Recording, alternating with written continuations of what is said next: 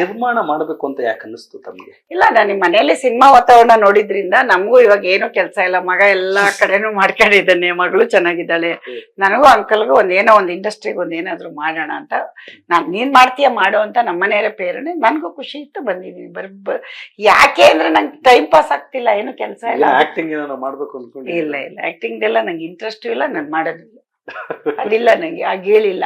But ಒಳ್ಳೆ ಮಾತುಗಾರರು ತಾವು. ಮಾತಿಗೂ ಆಕ್ಟಿಂಗ್ ಅದಕ್ಕೆ ನೋಡಿ, ಇಲ್ಲೇ ಹೇಳ್ತೀನಿ, ಇನ್ನೊಂದು ಹೇಳ್ಬಿಡ್ತೀನಿ ನೋಡಿ. ಈಗ ಹೇಳಿದೆ, ನೋಡೋದಕ್ಕೂ ಮಾತಾಡೋದಕ್ಕೂ ತುಂಬಾ ಆಕ್ಟ್ರೇ ಆಗಿದ್ದಾರೆ. ಅದನ್ನ ಆಕ್ಟ್ರೆಸ್ಟ್ ನಾವು ಬರೀ ಮಾತಾಡಿದ ತಕ್ಷಣ ನಮ್ಮನ್ನ ಆಕ್ಟರ್ ಅಂತ ಜಡ್ಜ್ ಮಾಡ್ಬಿಡಿ, ಗೊತ್ತಾಯ್ತಾ? ಆಕ್ಟಿಂಗ್ ಅನ್ನೋದು ಒಂದ್ ದೊಡ್ಡ ಕಲೆ.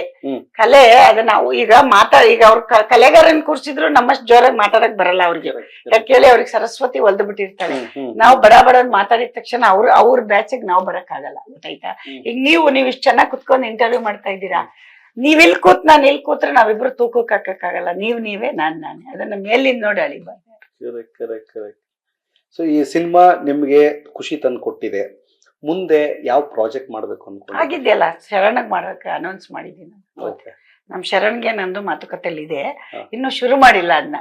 ಇದನ್ನ ನೋಡ್ಕೊಂಡು ಇದು ಮುಗಿಸ್ಬಿಟ್ಟು ಬರ್ತೀವಿ ಅಂತ. ಅವರು ಅರ್ಜೆಂಟ್ ಮಾಡಿಲ್ಲ, ನಮಗೂ ಅರ್ಜೆಂಟ್ ಇಲ್ಲ.